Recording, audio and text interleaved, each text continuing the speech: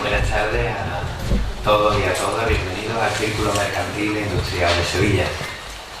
Vamos a dar paso a esta tercera conferencia del ciclo Cambio Climático, cómo nos afecta, causas, efectos y soluciones. Comenzamos el día 5 de febrero con la conferencia de don Francisco García Novo. Después, el pasado día 7 de febrero, tuvimos la de Luis Fernando López Cotín sobre meteorología, y hoy vamos a disfrutar con la conferencia de don Joaquín Rodríguez Vidal, catedrático de Geodinámica Externa de la Universidad de Huelva, con el título de la conferencia La escala geológica del cambio climático. Por mi parte, decir que es un honor tener a don Joaquín en este acto, pero también lo es tenerlo como socio del Círculo Mercantil. Ahora mismo por la mesa estoy rodeado de dos socios del Círculo Mercantil, con lo cual estoy encantado.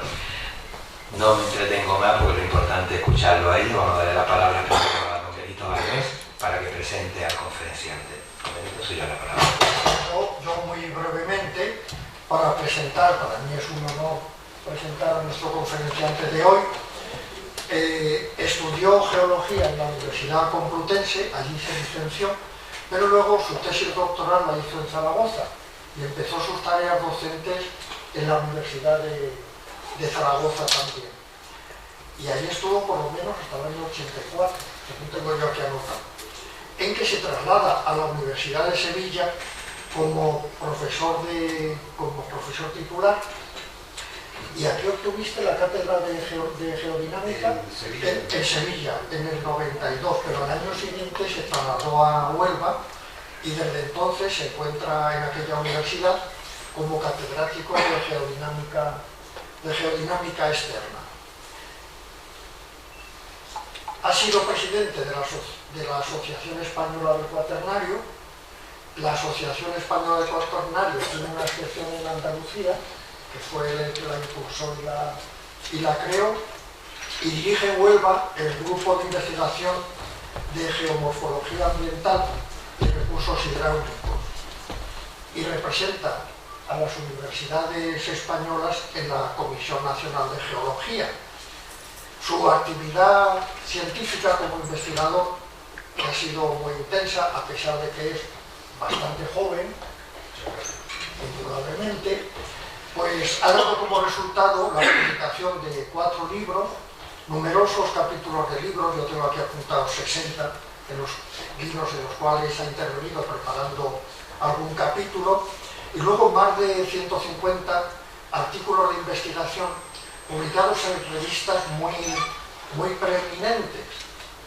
Por ejemplo, en Nature, una revista en la cual todos aspiramos a poder publicar de vez en cuando algún artículo, no todo lo conseguimos, pero Nature es una de nuestras revistas estrellas, los Scientific Reports y los Proceedings of the National Academy of Science. En estas revistas prestigiosas ha publicado varios artículos. Y en cuanto a distinciones se refiere, yo solamente les diré que es el premio AIC de la Universidad de Huelva a la excelencia investigadora, que lo obtuvo hace 3 años, y es además honorary fellow de Gibraltar Museum, que también le dieron este nombramiento hace 3 años. Supongo que por tus interesantísimos estudios sobre los neandertales de Gibraltar. Y nada más, lo vamos a escuchar, vamos a aprender de él un montón y estamos impacientes por escuchar, así que tú tienes la palabra. Nos sentamos ahí.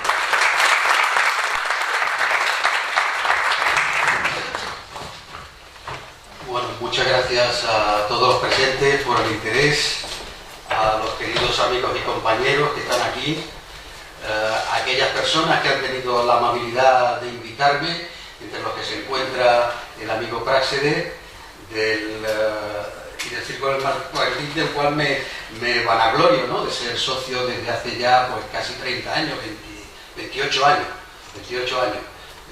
Mis hijos, gracias al mercantil, sobrevivieron en Sevilla, porque nosotros no somos de la tierra, aunque somos andaluces, pero fue una época difícil a la llegada, y con los niños pequeños el mercantil nos proporcionó unas facilidades de disfrute, de compañía, y de enriquecimiento, que la verdad es que se lo agradecemos y se lo seguimos agradeciendo. Yo he votado a Praxedes, lo digo para que lo tenga en cuenta. No sé si Benito también hizo lo mismo, pero vamos, no ha sido por eso por lo que he tenido el placer de ser invitado. Quiero dar las gracias también a la presencia de Emilio Galán, que es un buen amigo y compañero de geología y que además fue profesor mío en la Complutense, y tuve el placer de asistir a sus magníficas clases. No porque esté aquí, pero era de los mejores profesores que tuve, era muy ordenado y muy exquisito en su docencia. Bien, explicar el cambio climático en geología es un poco complicado, ¿no?, para los no relacionados con este mundo. Estamos hablando de una escala del tiempo en millones de años. Sería algo parecido a los astrónomos, ¿no?, cuando hablan de los años luz, o una medida del tiempo y de las distancias que nos son poco familiares. Todo lo que no vaya más allá de 100 años pues nos resulta extraño, ¿no?, y poco familiar, tanto hacia atrás como hacia adelante. Pocas son las personas que superan los 100 años de vida, pero de hecho, por ejemplo, el panel de cambio climático, las previsiones se hacen a 100 años, a 2100, de 2000 a 2100, con lo cual digamos que esa es la medida del tiempo de previsiones futuras. Y evidentemente hablar de la historia del tiempo geológico de millones de años, o de cientos de millones de años, o de miles de millones de años, la historia del origen de la Tierra, pues es bastante ajeno a nosotros, y sobre todo es que no nos hacemos idea de cómo era ese mundo. Nuestro mundo es totalmente distinto y bastante atípico a lo que fue la Tierra en sus comienzos. Así que hablar de ese cambio climático en la escala geológica es un poco complejo.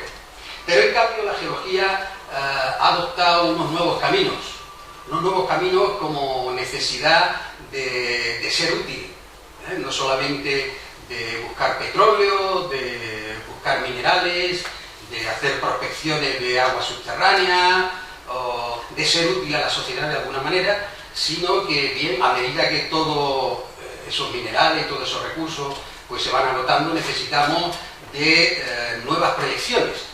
Y entre esas proyecciones está el medio ambiente.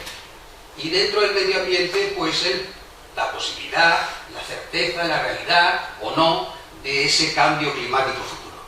Así que los estudios de geología, digamos que el impacto más reciente que tiene ahora es el estudio geológico reciente.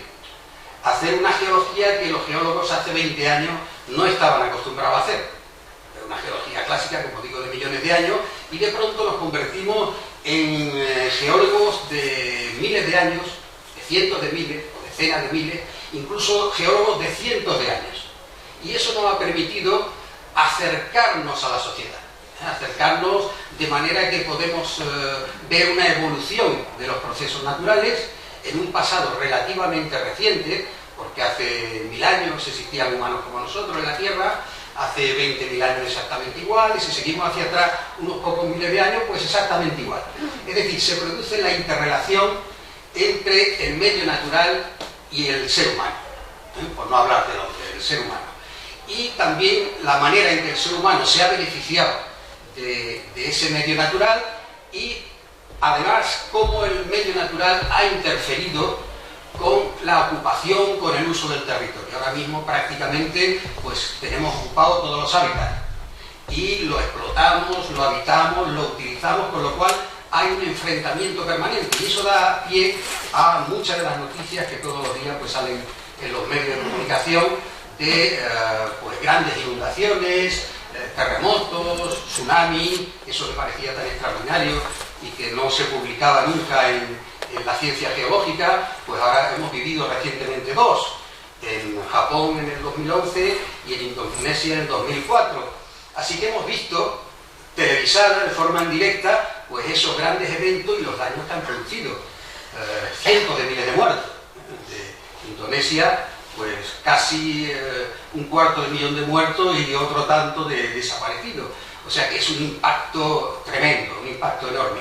Y el estudio de eso ha impulsado mucho la ciencia geológica. En ese caso, yo quisiera empezar por esto que había comentado el profesor Benito, Valdés sobre los trabajos, que es una curiosidad, pero una curiosidad que digamos que estamos explotando bien, porque ha proporcionado una información muy interesante desde el punto de vista geológico del cambio climático, pero al mismo tiempo también ha aparecido una posibilidad de nuevos conocimientos respecto a la paleoantropología y a la paleoantropología de humanos primos nuestros relacionados con nosotros, que son los neandertales. En el Peñón de Gibraltar y posiblemente en toda Andalucía, pues se convirtió en el refugio más reciente de los últimos neandertales, de esos primos nuestros que convivieron con nosotros bastantes miles de años y que recientemente pues la biología ha descubierto la genética que nos hibridamos con ellos. Y bueno, pues tenemos un porcentaje elevado de neandertal en nuestros genes, ¿eh? Y supongo que los neandertales si vivieran pues también lo tendrían.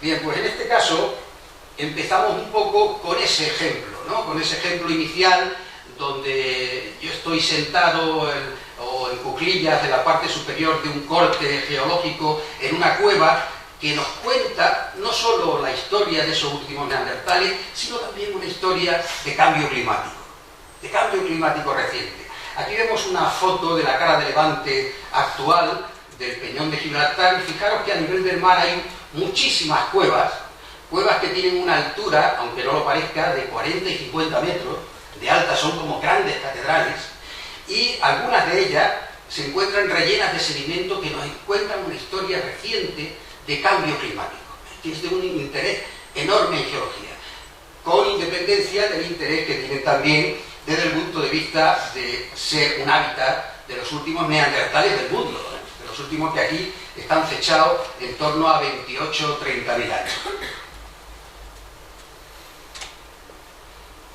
Y aquí tenemos una de esas cuevas, no es la famosa cueva de Gorham, sino es una que está al lado, la cueva de Vanguard, que a medida que se ha ido excavando, pues ofrece un registro magnífico.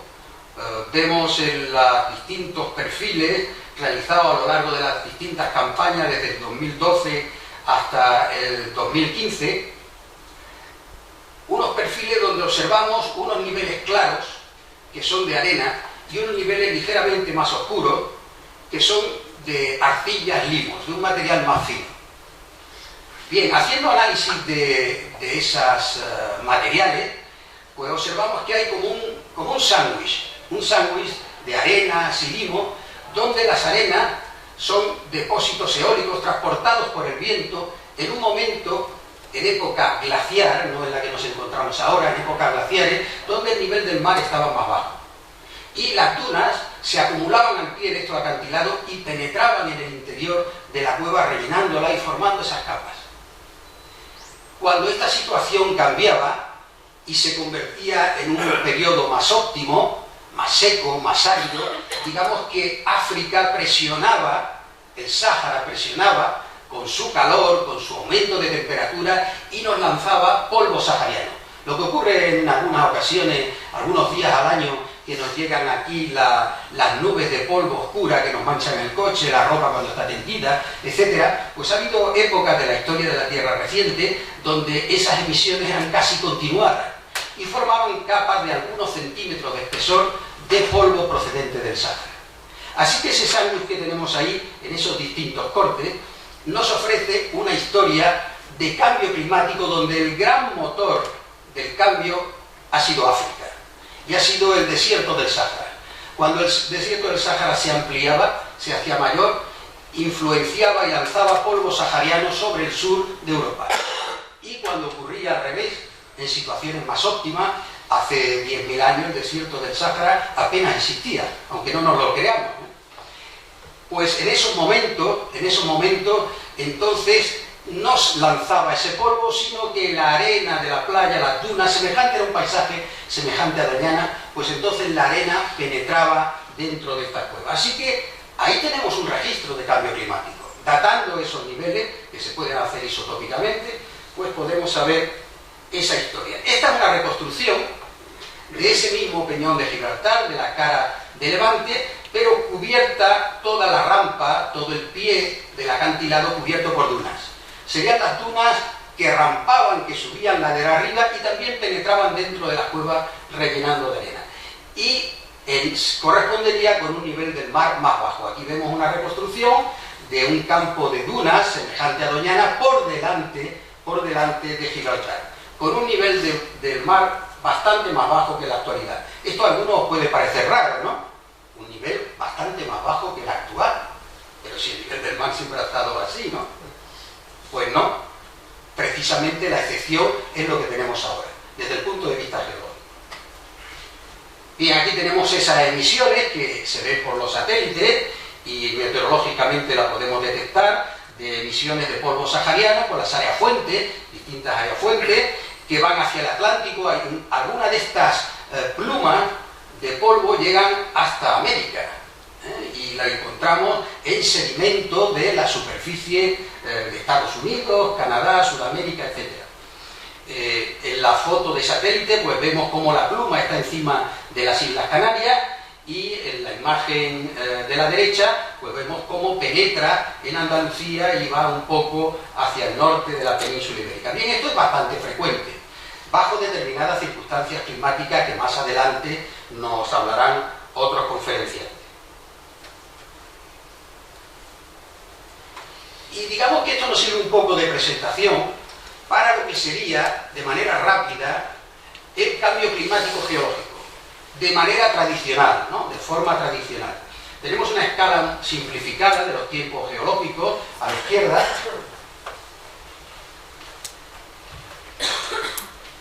donde tenemos desde las épocas más antiguas, del Precámbrico abajo en rojo, hasta, pues pasando por Paleozoico, Mesozoico, Cenozoico, hasta llegar al final, arriba a la derecha, a algo que pone en inglés Holoceno. El Holoceno son los 10.000 últimos años de la historia de la Tierra, digamos que es prácticamente lo que más nos interesa para conocer el cambio climático de verdad. Con buenos registros del Holoceno podemos predecir algo hacia dónde vamos, hacia dónde va el futuro. Pero la historia geológica es una historia salpicada de grandes cambios climáticos, muchísimo mayores que lo que hemos tenido recientemente o podemos incluso prever como que nos vaya a afectar, ¿no? Son cambios que han producido verdaderas extinciones de especies masivas, o la aparición de nuevos grupos, de nuevas especies, de nueva fauna. Ahí tenemos de manera a la derecha sucinta un poco la historia de la vida, al principio con la aparición de la primera forma de vida unicelular y pluricelular, los cordados, peces, plantas terrestres, insectos, cada uno aproximadamente en un momento de la historia de la Tierra. Estos son grandes cambios, son unos cambios realmente importantes. Y fijaros que solamente cuando llegamos al final, allá por mediados del Plioceno, en amarillo, es cuando aparecen los primeros homínidos. No eran como nosotros, como decía el profesor García Novo en la inauguración, no eran como nosotros, pero bueno, se parecían, por lo menos andaban a dos patas, ¿no? Se bajaron de los árboles, andaban a dos patas y empezaron a cambiar, a modificarse. Últimamente, las publicaciones recientes, de manera sorprendente, la genética, la geología, la paleoantropología está sorprendiendo de forma muy positiva, porque está creando un avance en cuanto a las migraciones, los orígenes de la humanidad y cómo nos hemos distribuido por el mundo, ¿no? Es realmente interesante. Hasta ahora no disponíamos nada más que de los hallazgos físicos de los huesos, y eran los paleoantropólogos los encargados de saber, pues, de hacer cábalas, de ver cómo se enganchaba una especie con otra, y quién era el padre, quién era el hijo, y cuál el primo, y era un poco lioso, ¿no? La verdad es que la genética ahora está suponiendo una verdadera revolución. Bien, pues, digamos que aproximadamente nosotros, no como los humanos que estamos aquí, sino los primeros homínidos, pues aparecimos en torno a hace unos 4 millones de años. Unos 4 millones de años.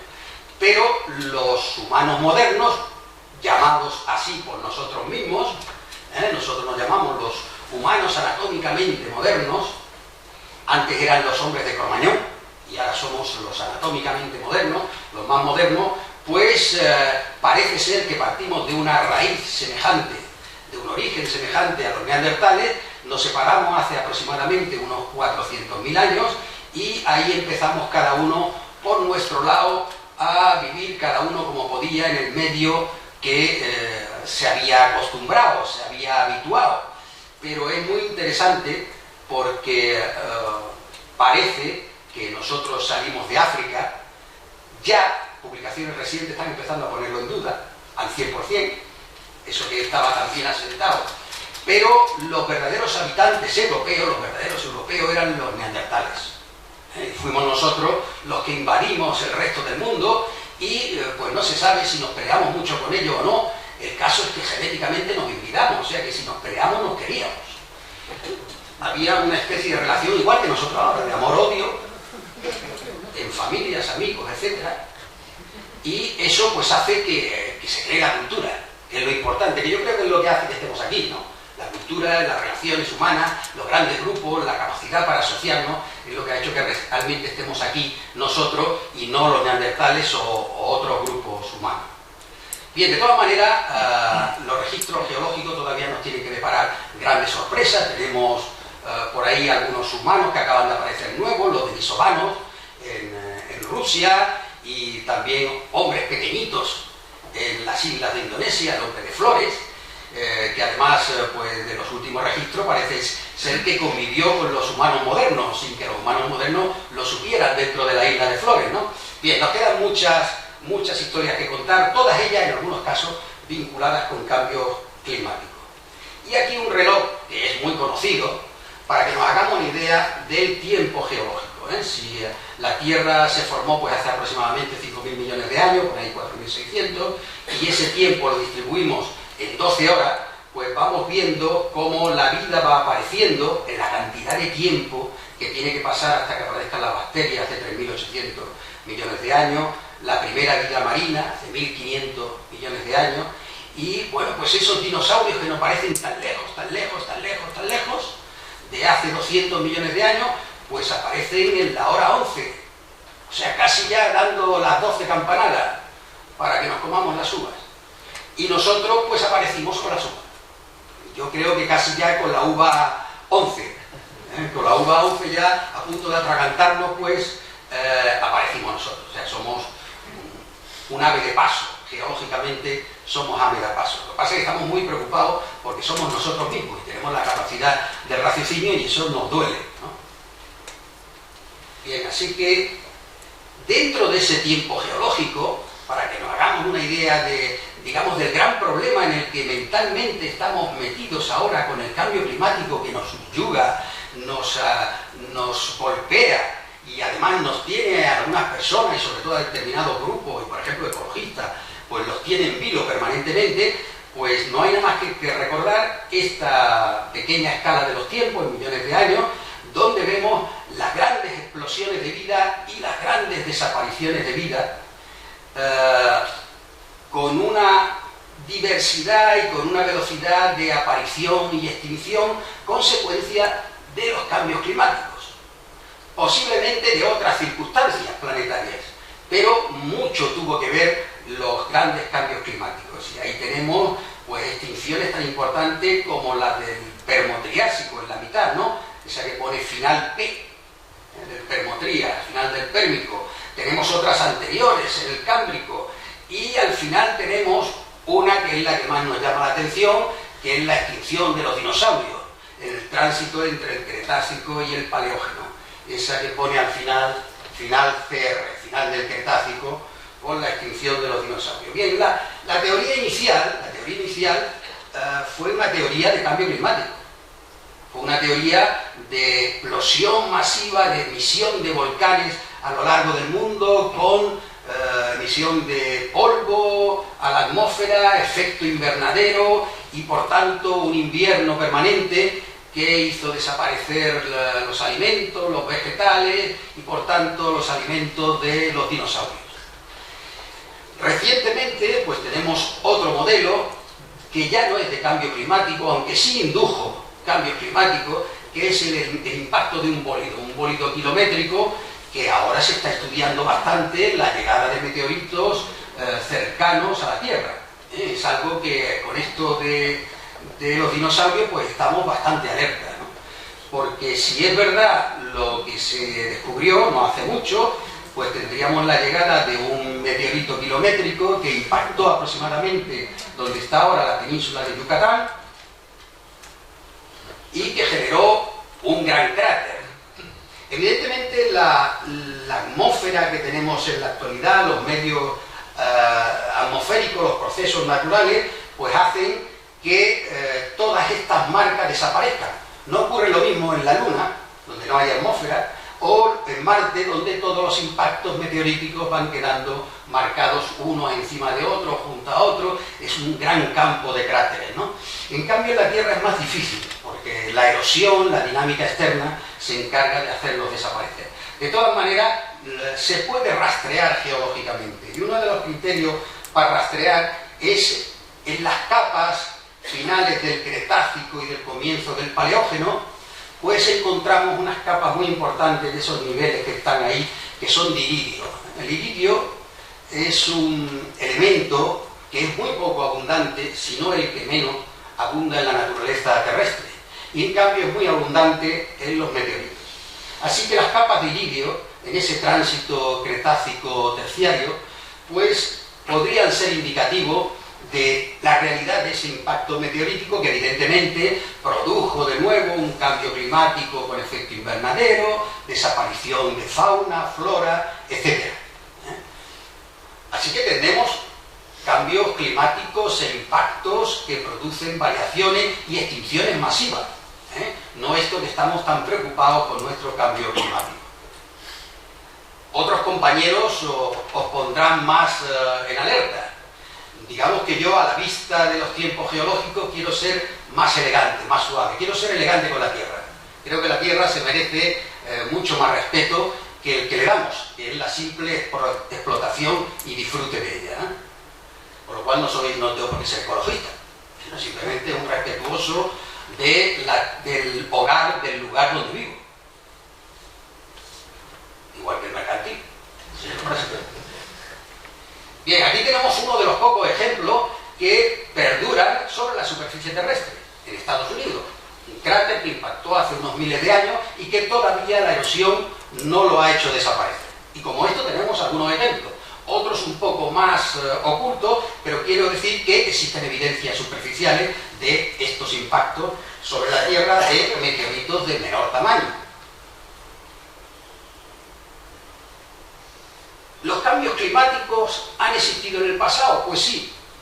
Aparte de producir esas extinciones, aquí tenemos el cambio climático. Nosotros estamos hablando de un cambio climático a lo largo de años, y como mucho de predicciones a 100 años. Aquí estamos hablando de periodos glaciares e interglaciares, épocas de clima más óptimo a nivel mundial a lo largo de la historia del planeta. Tenemos esos 4 grandes episodios que, sumando pequeños cambios intermedios, pues tienen una duración de entre 50 y 100 millones de años. Desde un episodio a gran escala frío a pasar a un episodio a gran escala de calor. Entonces, bueno, pues tenemos ahí un episodio frío, el primero de ellos a la izquierda, Ordovícico silúrico, otro Carbonífero pérmico, otro Jurásico cretácico, y el último es en el que estamos ahora, que empezó aproximadamente pues el Mioceno, Plioceno, y dura hasta la actualidad. Así que ahora estamos inmersos en uno de esos episodios fríos, como vemos en la parte izquierda de la imagen, donde la curva negra y la curva quebrada azul pues baja hacia abajo, está bajando por debajo de la línea roja. Es decir, que desde hace ya muchos millones de años estamos en un ciclo frío, Lo que pasa es que estamos en un periodo intermedio óptimo climático dentro del frío, de lo que hay mucho en la historia de la Tierra. Bien, este conocimiento lo teníamos a escala geológica hace poco tiempo. Lo que no sabíamos es que podía ser a una escala menor, a una escala mucho más humana. Y entonces aparece el conocimiento de eso que marca ahí la Q, es decir, del clima durante el periodo cuaternario. Los 2 últimos millones de años, el periodo de tiempo del cuaternario ha cambiado mucho con el tiempo, pasaron 1 millón, 1,5 millones, 2 millones, ahora está en 2.600.000 aproximadamente, según los criterios de aparición, desaparición de fauna, etc. Bien, este es un momento donde el frío domina, y el registro geológico de los últimos, no creáis que mucho, los últimos 50 años, pues nos dice que el tiempo durante el Cuaternario, el 90% del tiempo ha sido más frío que en la actualidad. Con lo cual nosotros estamos en una situación excepcional. El 10% del tiempo geológico hemos tenido un clima parecido al que estamos disfrutando. No en Sevilla, que es muy bueno, sino en el resto del mundo de media como planeta, con todos sus altibajos y variaciones latitudinales y altitudinales. Así que, una vez visto este repaso, voy a entrar en este tiempo cuaternario, que es el que realmente nos aporta información de cambio climático útil para ver qué es lo que ha sufrido la historia de la Tierra, qué es lo que han sufrido los humanos a lo largo de este cuaternario y qué es lo que podemos esperar de cara al futuro. Bien, ¿cuándo empieza esta historia? Pues no empieza hace mucho. Me parece que, aunque los geólogos llevamos mucho tiempo trabajando, esto se tenía que conocer. Pues no. Esto empieza a vislumbrarse allá a los inicios del siglo XX. Y como resultado de que, evidentemente, pues muchos de los geólogos, como hay en la geología que hacerla en el campo, pues eran montañeros y naturalistas. Y muchas veces no eran ni geólogos, eran simplemente amantes de la ciencia y la naturaleza. Buenos biólogos, buenos geólogos, buenos climatólogos, les gustaba todo, eran enciclopedistas. Y eran buenos montañeros y escaladores. Y el mejor sitio en Europa para escalar y para hacer montaña, los Alpes. Con lo cual, el estudio de las fases glaciares se comenzó en los Alpes. Y comenzó observando paisajes como este, paisajes alpinos, donde lo que domina es montañas cubiertas de hielo y un sistema dinámico que son los glaciares. Ahí vemos un río glaciar que desemboca en un lago y que va transportando sedimento. Así que, aparte de la belleza de la foto, estos naturalistas empezaban a observarse en cómo este agente dinámico, este glaciar, iba modelando la Tierra cubierta por el hielo, iba formando unos valles glaciares que tenían un aspecto especial, unos picos que eran maravillosos para escalar, unos picos puntiagudos, los Horn, y que, claro, evidentemente eran peligrosos, pero que eran el resultado de un modelado glaciar que no existía en otros lugares de la Tierra. Y también se fijaron que había unos sedimentos arrastrados por estos glaciares, lo que conocemos habitualmente como morrenas. Bien, fijándose en esas morrenas, llegaron un poco más allá y se dieron cuenta que había varios episodios de morrenas escalonados altitudinalmente en el valle, con lo cual debía haber varias épocas de arrastre glaciar y que corresponderían con varias épocas de fase fría. Las situaciones intermedias debían de ser momentos más cálidos, Así que, digamos que con esa perspectiva de actualismo geológico y tratando de ver esos escalonamientos en el relieve, pues se dedujo que había 4 fases glaciares, que llevan los nombres pues de valles suizos, con nombres alemanes, que no los voy a decir ahora, con nombres alemanes de valles suizos que calificaron a las distintas fases glaciares. Y los americanos, en paralelo, los estadounidenses, hicieron lo mismo con otras tantas, con otros nombres, pero en este caso ingleses, son equivalentes. Bien, a lo largo del tiempo, que no ha pasado tanto, pues no han quedado ni los unos ni los otros, porque se han hecho nuevos descubrimientos. Así que, por un lado empezamos, digamos, con los estudios alpinos, y por otro lado, los grandes geólogos alemanes del momento, pues también eran grandes aficionados a la escalada en los Alpes, pues vieron como los ríos que salían de estas zonas glaciares, entre ellos el Rin, su gran río, el gran río europeo, pues no tenía morrenas, pero en cambio tenía unas formas que son las terrazas. Como yo indico ahí, unos planos arrasados de color verde cubiertos de vegetación, terraza 1 del río, escalonada, terraza 2, separadas por unos escarpes intermedios. Y empezaron a preguntarse que de dónde venían estos cantos de los ríos que formaban estas terrazas. Y vieron que algunos de estos cantos procedían, enganchaban morfológicamente con las morrenas glaciares. con lo cual se estableció una relación entre formación de terrazas de los ríos y morrenas glaciares.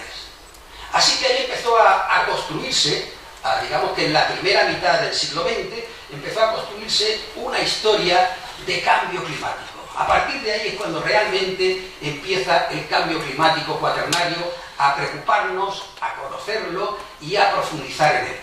Por supuesto que todavía no había empezado el cambio climático que nos preocupa ahora. Esto era simplemente un puro conocimiento científico, disfrute de la naturaleza al mismo tiempo que se hacía escalada y que se lo pasaba uno bien.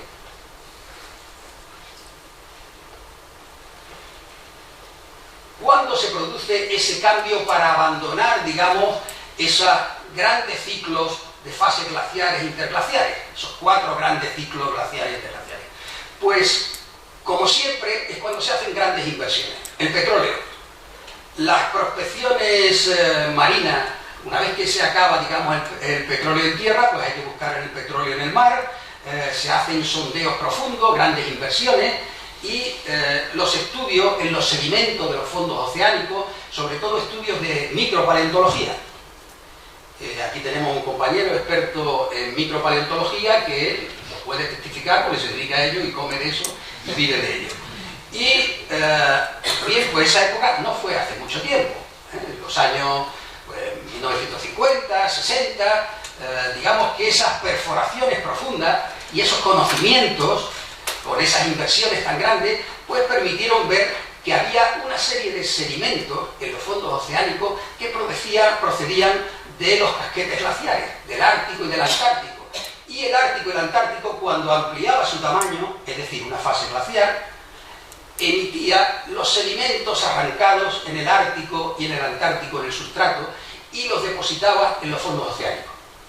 Y cuando se retraía, es decir, una situación semejante a la que tenemos ahora, pues entonces se depositaban otro tipo de sedimentos más marinos. Así que teníamos también como secuencias barbadas, alternantes, un sándwich de episodios fríos y cálidos. Y claro, aquí ya no aparecían esas 4 fases que hemos dicho antes que se descubrieron en los Alpes, sino que aquí había multitud. Así que la cosa empezó a complicarse.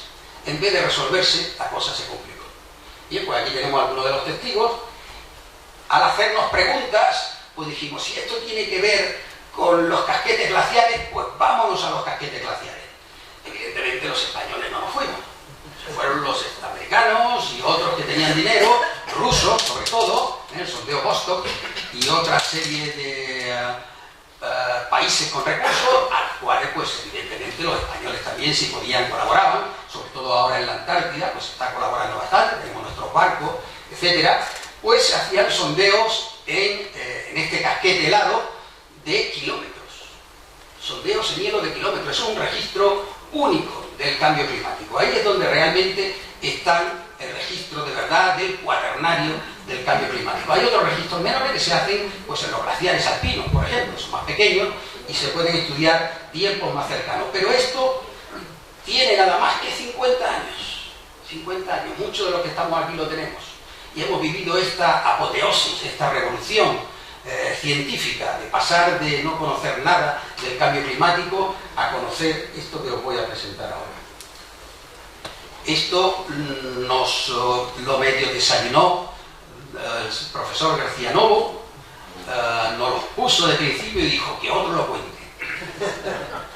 Y bueno, pues me ha tocado a mí contar algo, no voy a contar demasiado, pero digamos que a partir de la medida de estos casquetes glaciares, de estos cambios, y sobre todo del volumen que alcanzó, porque es que tener en cuenta que sobre el Ártico o el Antártico ahora mismo podemos tener espesores de 2 kilómetros de hielo, pero en el pasado pudo haber 4 kilómetros de hielo, y estoy hablando de kilómetros, y con unas extensiones que ocupaban toda Eurasia y toda América del Norte. O sea que eran cambios realmente brutales, radicales. Y todo esto sale tanto en los registros del hielo como en los registros de los fondos oceánicos. Entonces se hizo un cálculo, algunos científicos se dedicaron a hacer cálculo del volumen en cada uno de estos episodios. Y consecuencia de ello pues sale la curva superior, donde tenemos el volumen de hielo glaciar a lo largo del último millón de años. Fijaros la cantidad de cambios verticales que hay en ese volumen de agua almacenada. Y cada vez que hay un cambio de volumen, hay un cambio climático que incide en el resto del mundo. En las zonas más cercanas más, pero en las zonas más alejadas un poco menos. A lo largo del tiempo, bueno, pues lugares como Andalucía, privilegiada en la actualidad para el turismo, pues en esta época cuaternario también era un lugar privilegiado para el turismo. Se ha visto que el registro geológico nos cuenta también que era un refugio faunístico. Y emigraban mucha fauna del norte, de Europa, atravesaban los Pirineos como podían y se iban desplazando hacia el sur, pues buscando las costas andaluzas y buscando el Guadalquivir y buscando un clima más óptimo que les recordara otras situaciones pasadas. Todo esto permitió hacer cálculos del volumen de agua deshelada y por tanto del volumen del agua oceánica. Y tenemos la curva de abajo, que es una curva que está publicada con esa certeza en el 2005 solamente. O sea, 12 años tiene, publicada en Nature, en Nature, y nos da una idea de los cambios del nivel del mar, donde podemos observar la fluctuación tan tremenda. Nosotros estamos en la actualidad en la izquierda, en la inferior izquierda, en el cero. Esa es la situación actual, el cero sería la situación actual del nivel del mar. Entonces fijaros que la mayor parte del tiempo el nivel del mar ha estado más bajo que en la actualidad y en posiciones que han podido llegar hasta 140 metros por debajo de la actualidad. O sea, fijaros el cambio de paisaje tan drástico y tan tremendo, y eso ha sido el 90% del tiempo geológico. Solo el 10% es una situación semejante a la que tenemos ahora del planeta. O sea que estamos invadidos por el mar. Es un planeta oceánico ahora mismo. Bien, tomándolo un poco más en detalle y siguiendo los criterios del profesor García Novo, pues tengo ya la curva más acortada. La tengo desde la actualidad, desde el cero hasta hace 125 o 130 mil años. Y observamos dos picos por encima de la línea roja. El pico actual, que tiene unos 10.000 años, que es el tiempo de ese periodo holoceno, que es el tiempo de este último máximo interglacial cálido. O sea, llevamos solamente con este tiempo cálido unos 10.000 años, no más. 10.000 años, Altamira y todas las pinturas rupestres, humanos como nosotros, tan listos como nosotros, con una tecnología semejante a la nuestra, no sé si más avanzada o no, pero desde luego las pinturas hacen saber que tenían una mente privilegiada, pues esos son 18 o 20.000 años. O sea que en esa posición del nivel del mar, fijaros hace 20.000 años, ¿dónde estaría la posición del nivel del mar? A menos 120 metros. Otro paisaje completamente distinto, con otro ambiente distinto, otra fauna distinta, todo distinto. Y eran humanos como nosotros, exactamente igual. Bien, vemos además otra cosa llamativa, y es que la curva nos da unos zigzags, unos cambios rapidísimos en la vertical, con fluctuaciones de decenas de metros en la vertical del nivel del mar, y que se producen además en miles de años o en cientos de años. Es decir, que podemos llevarnos una sorpresa futura, no nosotros, evidentemente, sino nuestros descendientes de varias generaciones. Nos podemos llevar una sorpresa futura de pronto estamos esperando el cambio climático, es decir, que suba el nivel del mar y de pronto empieza a bajar el nivel del mar como loco, porque entra en una de esas bajadas. ¿Será verdad o será mentira? Pues no lo sé, pero el registro geológico nos lo dice, y aquí lo tenemos, estos cambios. ¿Cuándo hubo una situación semejante a la actual? Pues hace 120.000 años aproximadamente tenemos el último interglacial cálido, que alcanzó una altura del nivel del mar semejante a la actual, un poquito más en algunas situaciones, o sea, fue más cálido incluso que la actualidad. Hubo fauna marina de Guinea que penetró por el estrecho de Gibraltar y entró en el Mediterráneo, que ahora mismo no lo hace, o sea que estaba más calentita el agua ahora todavía, hace 120.000 años, pero toda esta curva que tenemos aquí, que son solo 120.000 años que vivía el ser humano actual, el hombre anatómicamente moderno, fijaros la cantidad de cambios drásticos climáticos a los que ha estado sometido. Y nos asustamos por el cambio climático que viene. ¿No será que llueve un poquito más, un poquito menos? Bien, fijaros el espacio que ocupa el episodio frío, puesto en azul, el último glaciar, con fluctuaciones y un máximo alcanzado hace 20.000 años. Hace 20.000 años tenemos el pico más bajo del último glaciar, el último máximo glaciar, solo hace 20.000 años. Así que esas fluctuaciones son muy marcadas. Y aquí veis de una publicación del año 2005, en Nature también, de este señor y colaboradores, donde vemos una serie de dataciones de subida del nivel del mar, de los últimos 20.000 años. La subida desde ese mínimo de 120 metros por debajo del nivel actual hasta la posición actual. Fijaros que aproximadamente en 10.000 años sube como el rayo el nivel del mar. Sube a una velocidad de 1 centímetro año. De 1 centímetro año. Eso es una escala humana.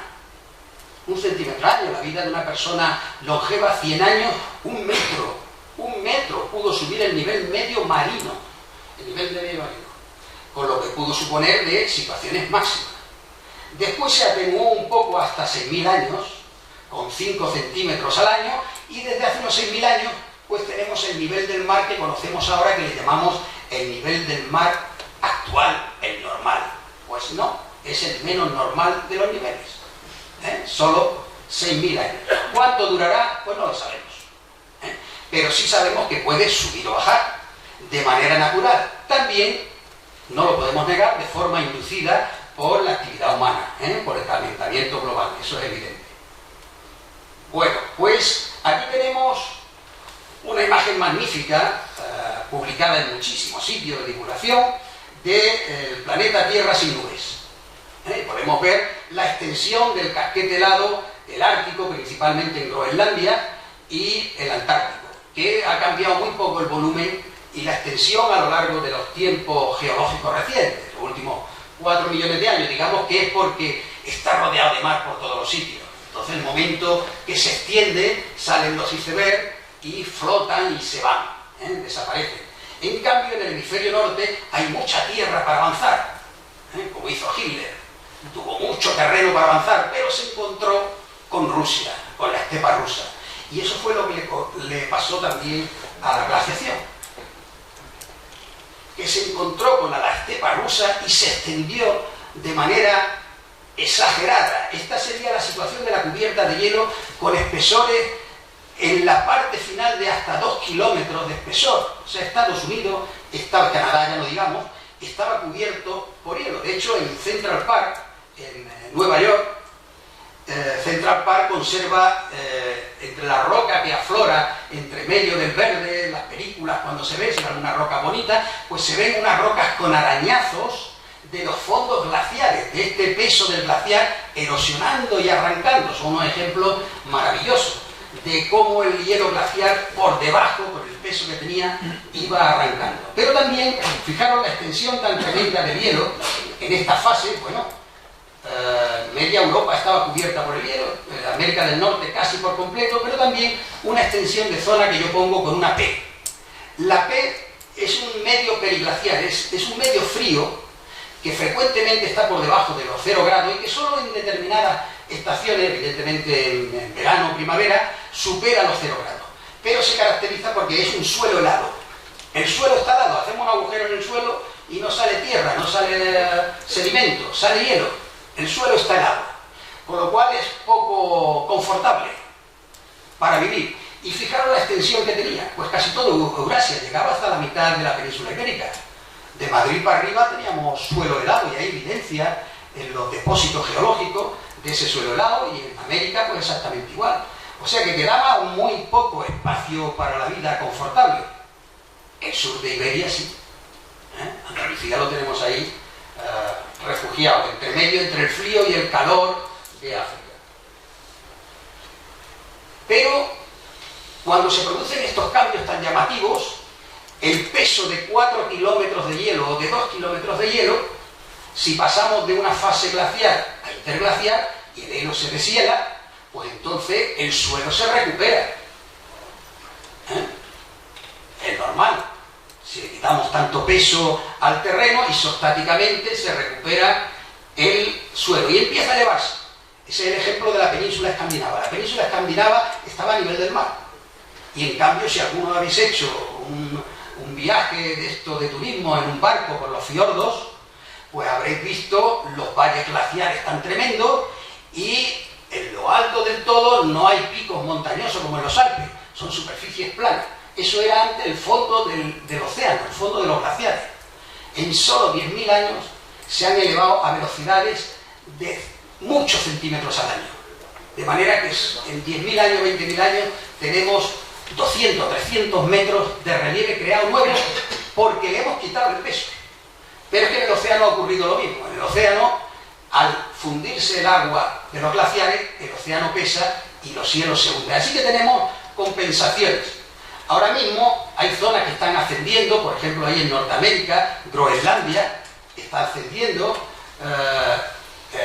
como digo, la península escandinava. Una parte del Reino Unido también se está levantando de esa forma en Sudamérica, pero para compensar hay otras zonas alrededor que se están hundiendo. Así que se forman como ondas en la Tierra, como ondas que se van amortiguando. Y todo esto cada vez que se produce una fase glacial o interglacial.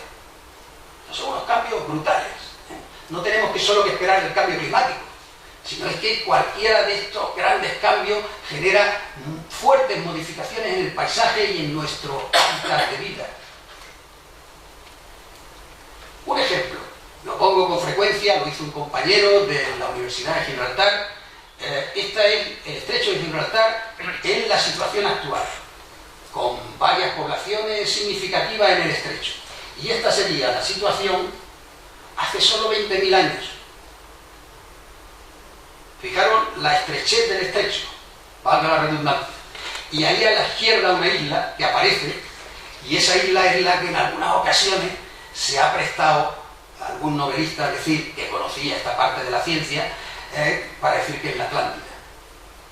La Atlántida. Bien, ahí hay algunas islas, y por medio de esas islas, por ahí es por donde está previsto hacer el enlace fijo del túnel entre África y Europa, que es la zona más estrecha. Bien, este es el paisaje que tenía el estrecho de Gibraltar hace solo 20.000 años. Y en la actualidad,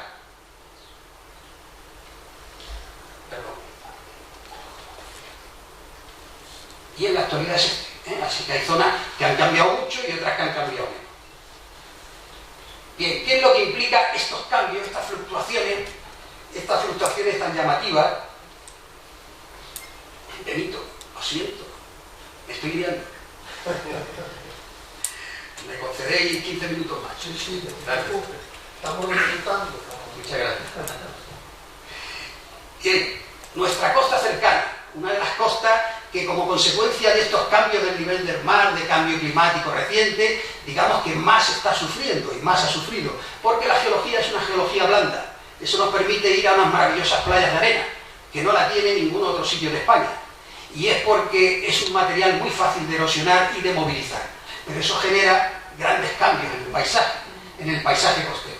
Bien, pues aquí tenemos una imagen antigua de las primeras que publicó la Junta de Andalucía, de satélite, con una representación geológica sencilla debajo. Esta sería la situación en la actualidad. Bueno, pues vemos los grandes entrantes fluviales de los ríos, Guadalquivir, Tintobiel, Guadiana, y unos colores verdes que son las marismas actuales. Por fuera unos colores amarillos, marrones, etcétera, que son las flechas litorales, la barrera, la gran barrera de Doñana, la flecha de Punta Umbría, que tanto nos gusta ir a bañarnos allí a Punta, etcétera. A los que estamos aquí, algunos de Huelva. Bien, pues hay una serie de colores amarillos que cierran las bocanas de los estuarios fluviales. Y eso lo ha hecho hace solo 5.000 años. En solo 5.000 años se ha cambiado el paisaje de la siguiente manera. Si nos vamos un poquito hacia atrás, de 350 a.C. hasta 1100 después de Cristo, es decir, el episodio romano medieval, pues teníamos algo parecido a lo que hay en esa imagen, donde no había tanta marisma y los ríos eran navegables, se podía penetrar, el mar entraba dentro del continente. El mar entraba dentro del continente. Si nos vamos un poquito más atrás, ya en épocas de calcolítico, de la edad del cobre, del bronce, etc., pues eso, 600 a.C., 2200 a.C., pues entonces ya prácticamente los ríos eran estuarios. Los ríos eran estuarios, se podía entrar perfectamente, eran como rías gallegas. Se podía entrar en las rías gallegas, como son tan resistentes por el granito, no hay forma de erosionarlo, pues siguen teniendo exactamente igual que hace 6.000 años. Aquí, en cambio, la facilidad de la erosión ha hecho que estos cambios sean tan llamativos. Y si nos vamos al comienzo de la invasión marina, hace 6.000 años, que es cuando decimos que tenemos el nivel del mar actual, pues este sería el paisaje, reconstruido por algunos de los compañeros, alguno de ellos está presente en sus trabajos de tesis doctorales, en publicaciones, donde en la época neolítica, hace 6.000 años, pues teníamos este paisaje marino invadiendo el continente, con el gran estuario del Guadalquivir, el gran estuario del Tintoriel, etc. Los barcos entraban perfectamente, las culturas de Oriente venían, y los fenicios, etc., y nos traían sus espejos y sus cuentas de collar, y nosotros le dábamos nuestro oro, nuestra plata y nuestro cobre. Pues eso, igual que hicimos después en América. Bien, pues, consecuencia del cambio climático, de la última fase cálida, con el máximo nivel del mar en el que ahora estamos y que nos gusta tanto, pues 6.000 años con cambios de paisaje. El ejemplo de Doñana.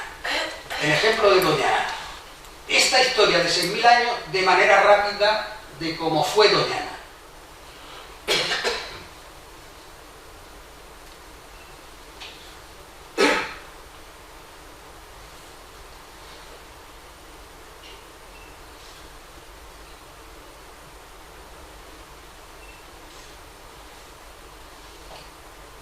Ahí la tenemos. Tenemos miedo de que cambie Doñana. Esta es la foto fija que tenemos de Doñana actual, pero fijaros que es una foto fija reciente, de hace muy pocos cientos de años. Muy pocos cientos de años, no miren, pocos cientos. En la antigüedad, cuando comenzó hace 6.000 años, era un gran entrante marino. No había ni flechas litorales, ni marismas, ni nada, absolutamente nada. O sea que si esta foto fija geológicamente va a desaparecer. Cuando desaparezca o tienda a desaparecer, ¿qué haremos? Remediarlo con obras de infraestructura, con lo cual cambiaremos aún más la dinámica y los cambios serán más drásticos aún y más rápidos. Esperemos que a los especialistas nos consulten cuando la Junta de Andalucía decida hacerlo. De todas maneras, en Matalascaña ya están empezando a hacer cosas. Bien, procesos y agentes. Pues algunos de los procesos, muy rápidamente voy a ir ya, esto es más geológico, de los procesos y de los agentes que actúan sobre la superficie terrestre y de donde sacamos los datos. Estos son los registros e indicadores, lo que se llaman los indicadores, los proxies. Los indicadores que nos sirven para acercarnos al conocimiento del medio ambiente. ¿De dónde sacamos los geólogos recientes esa información?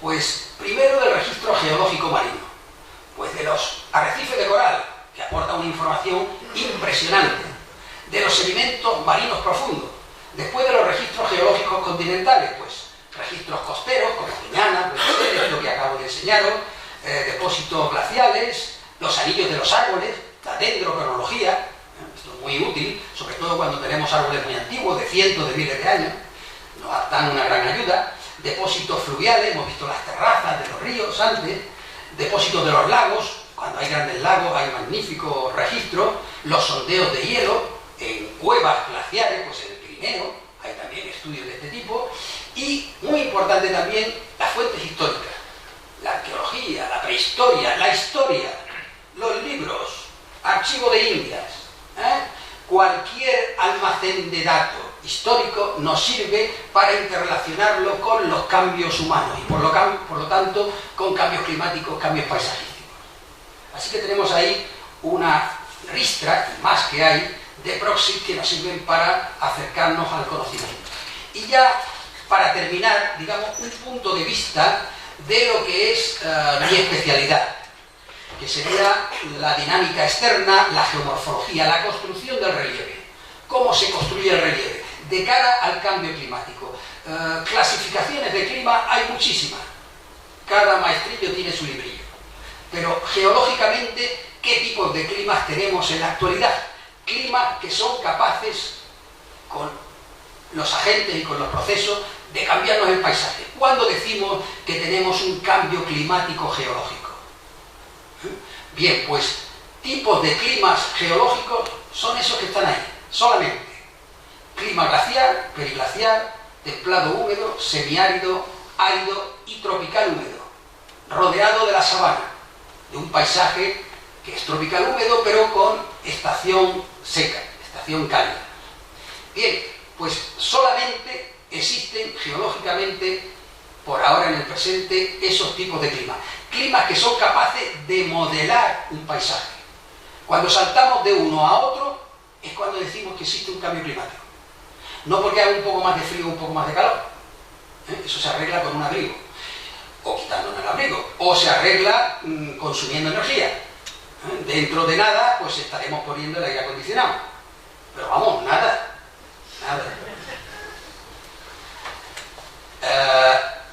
Pero claro, de eso no hablamos. Hablamos de sistemas naturales que hacen cambiar un paisaje. Bien, ¿cuáles son los sistemas más sensibles? Pues aquellos que están en el tránsito entre los principales y además en la zona de cambio, en la zona de frontera. La frontera ya sabéis que es la zona donde se lían todos los follones. Pues en el medio morfológico, en el medio paisajístico, ocurre igual. Las zonas de cambio. Bien, aquí estamos en el borde de la zona glaciar. Cuando retroceden los glaciares porque hace menos frío y hay menos hielo en los polos, digamos que saltamos al medio periglaciar. Y entonces ese paisaje glaciar cubierto de hielo se descubre de hielo y se convierte en un suelo helado, en un medio periglaciar. Y eso es lo que estamos teniendo ahora.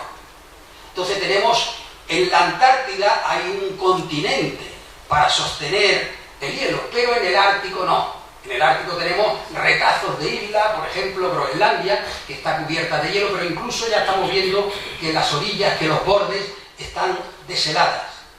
Y la mayor parte de las islas del norte del Canadá pues también están desheladas. Entonces ahí tenemos en amarillo un registro histórico de extensión media de la banquisa, es decir, del hielo flotante en el Ártico, y vemos como el registro de 2005 el retroceso que ha sufrido. Eso sería pasar de un medio glaciar a periglaciar. Eso sí sería. Pero de aquellos sitios que estaban antes permanentemente helados y que ahora no lo están, como le ocurre a las islas del norte de Canadá. Bien, otro sitio sensible, pues la zona templada húmeda con la semiárida, España. España sería la representación de ese recuadro. El verde, la España húmeda al norte, y el amarillo, la España semiárida al sur. Y pues ahí estamos en un juego. Así que España, como todo el Mediterráneo, es una zona muy sensible al cambio climático, porque si viene una fase glacial, el verde le gana al amarillo, pero si viene una fase interglacial como la que tememos de cambio climático, el amarillo semiárido se come el verde. Y entramos en que España se convierte toda en semiárida. Con lo cual, ¿qué es lo que le pasa a España? Pues que se desertiza, de forma natural, se convierte en un desierto de tabernas, donde los procesos dejan de ser fluviales, dejamos de tener ríos, para tener arroyos como este, o lo que llamamos en el Levante, las ramblas. Los ríos se convierten en ramblas, y el paisaje se descubre de vegetación, y se cubre de una vegetación propia del entorno, propia del clima, propia del momento. Esto sería una desertización natural, pero podemos influenciarla, y sobre todo en el Mediterráneo, con una cultura tan milenaria. Es decir, le ayudamos al clima, le ayudamos, y entonces producimos una desertificación permanente. Por mucho que nos empeñemos en esto de la repoblación forestal y tal, el Mediterráneo es tierra de incendiarios, y las culturas se han hecho a base de incendiar. Los griegos ya lo hacían, los romanos no digamos, y etcétera, etcétera, etcétera. Y ya por último gallegos y portugueses, aparte del resto del personal que también se las trae. Bien, pues todo eso ayuda a la pérdida de suelo y al cambio de un medio geológico templado húmedo a un medio semiárido. Eso sí sería un cambio climático. Eso es un cambio climático. Bien, otra situación, pues por ejemplo, si nos vamos al tropical húmedo, en los bordes del tropical húmedo, la selva. Pues si nos vamos a la selva y se produce un cambio climático ya más cálido, la selva se hace más pequeña y se va a una sabana. Entra un periodo de sequedad natural. Y entonces también de forma extrema, si le ayudamos, podemos pasar y saltar al medio árido. Es que está tan cerca que ya se está produciendo. Las grandes migraciones del Sahel son consecuencia de esto. Aparte de la guerra, evidentemente. Pero la guerra es consecuencia de las grandes migraciones para ir detrás del ganado y detrás de los recursos. Porque antes la tierra no tenía límite. Hasta que llegamos a los limitamos a África por línea recta y la separamos y pusimos fronteras, ¿no? Bien, bueno, pues aquí tenemos la selva esclarecida. La selva esclarecida con una dispersión de árboles, un bosque muy abierto, pero podemos llegar a esta situación de sabana mucho más abierta, donde ya aflora por erosión hasta el sustrato. La roca roja empieza a aparecer ahí debajo. Se pierde la cubierta. Eso es un cambio de paisaje y es un cambio climático, consecuencia de un cambio climático. Y ya para terminar, esta foto que a mí me pareció cuando la descubrí ya hace bastantes años, una foto brutal, porque es la deforestación de Madagascar para el consumo de maderas nobles y llevarla pues al primer mundo, en un medio tropical húmedo, con unas lluvias que superan a veces los 3.000 litros al año. Si lo deforestamos, dejamos el suelo libre para la erosión, y son 3.000 litros erosionando como si fuera el desierto de Almería. Y entonces se produce un paisaje igual que el de Almería, exactamente igual, y en cambio el clima es tropical húmedo. Y bueno, pues vemos los suelos rojos llenos de hierro, propios del medio tropical húmedo, pero unas grandes cárcavas, unos grandes barrancos, y se está construyendo una desertificación brutal, bestial, no controlada por el cambio climático, sino un cambio climático inducido por el hombre. Bien, pues espero que os haya agradado y gracias al Mercantil por ser tan amable.